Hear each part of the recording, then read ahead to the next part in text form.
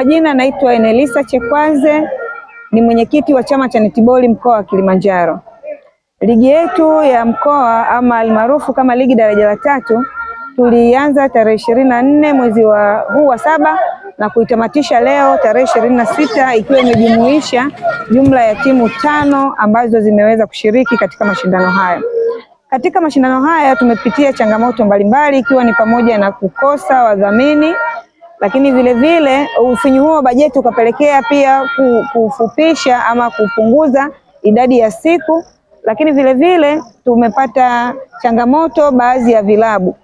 Kuna mkoa wa Kilimanjaro una vilabu vingi, kila halmashauri ina vilabu, lakini vilabu vingi nafikiri kulingana na resource ya fedha wameshindwa kufanyaje kushiriki. Kwa hiyo ni changamoto mojawapo imefanya vilabu vingi kushindwa kujitokeza na kushiriki kwenye mashindano haya. Lakini pia tumekuwa na klabu ya Kurugenzi Mwanga, iliingia kwenye mashindano lakini katikati ya mashindano ikajitoa kwenye mashindano. Hiyo kwetu imekuwa ni changamoto sana.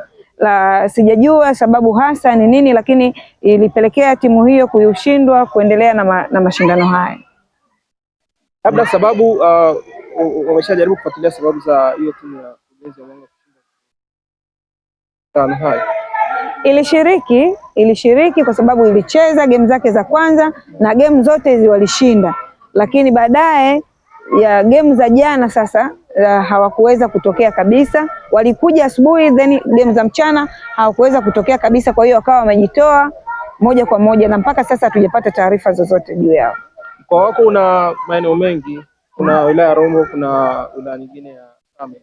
Na hawa kwa nini hawakuleta timu ya ligi ya mkoa? Kwa mfano Same na Same nilipata kuongea na afisa michezo, lakini pia na mwenyekiti wa chama cha netiboli wa Same. Walikuwa na changamoto ya fedha. Changamoto walioshirikishana na sisi ni changamoto ya fedha, lakini tulielekeza namna bora ya kufanya, lakini mwisho wa siku hawakuweza kutokea.